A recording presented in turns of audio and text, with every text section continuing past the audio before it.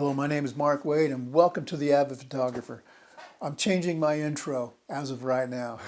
Welcome to The Avid Photographer. I hope you become an avid photographer. That's what this channel is all about. On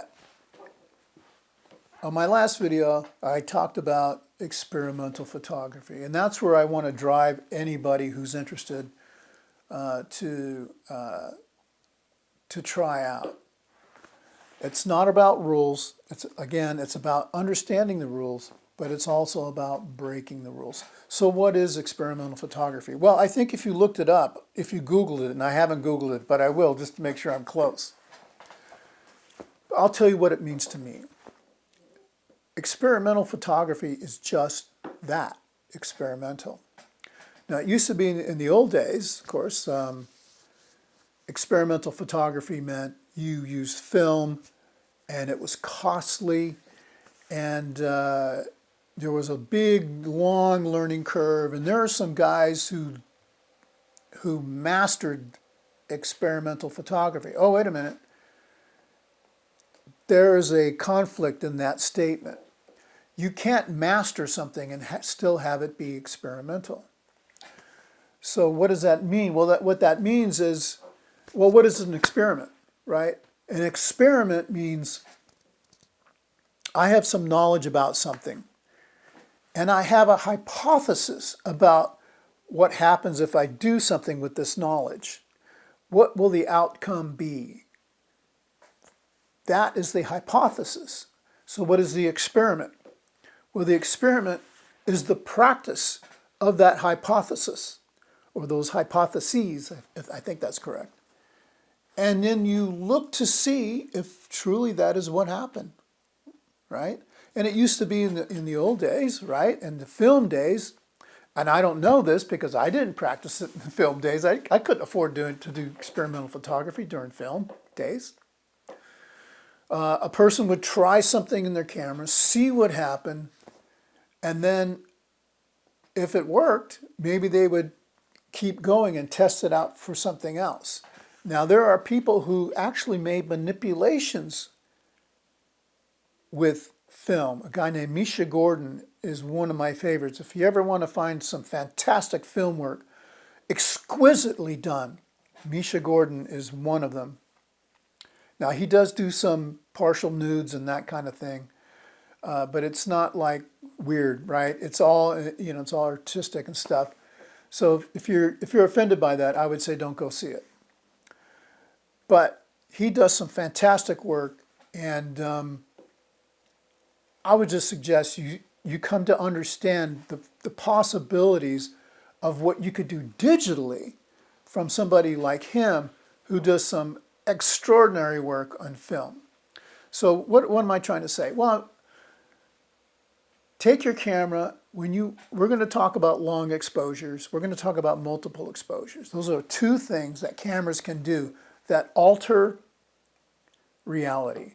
And there's at least one other third one, and that is controlling your light. The sun is out. Well, I want to turn down the sun. Turn it down. And we're going to talk about that in my next video, and I'll get that up. And that's going to be on the basics in depth. So those three things, just those three things, are something that I would say pay attention to while you practice, because you might find something and think, this photograph was a half of a second, and it's all messed up. No, it's not messed up. Stop thinking that way. It's not messed up. I made a mistake. No, you didn't make a mistake. You did not make a mistake.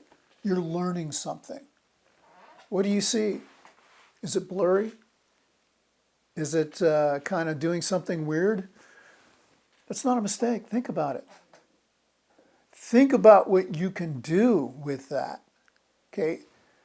That's the experiment part. And those are the kinds of things, that is just a way of thinking. It's a philosophy of thinking. There are no mistakes, only learning with photography. And when you start expanding your mind and start expanding what you think might happen, that's when you start the experiments, and you start experimenting. And eventually, every good scientist has the hypothesis or hypotheses. They test it, they experiment with it, and then what? They either prove the experiment or they disprove the experiment, whatever they thought was going to happen, but they move forward. And just like a good scientist, that's what you're going to do with photography. Just move forward. Just keep going. Oh, I don't want to try that anymore. Or I like that, but maybe I need to tweak it. That is going to send you a lot further than just me telling you what to do. Now, I am going to show you how I make those dreamscapes eventually. But that's just me. That's what I ended up with my experiments. And there's a lot of good stuff coming up. We're gonna get into specific lenses. We're going to get into off-brand lenses, cheap lenses. We're going to get into macro and micro photography, all that kind of stuff, okay? Because it's important to understand everything you can about that. So I just wanted to put that out there. Obviously, if you're making portraits, if you're doing wedding photographs or whatever, you better be ready to deliver what's expected to you. But it doesn't hurt to understand everything that you can understand through experimental photography. Thank you for listening. I hope you become an avid photographer. Thanks again. See you later.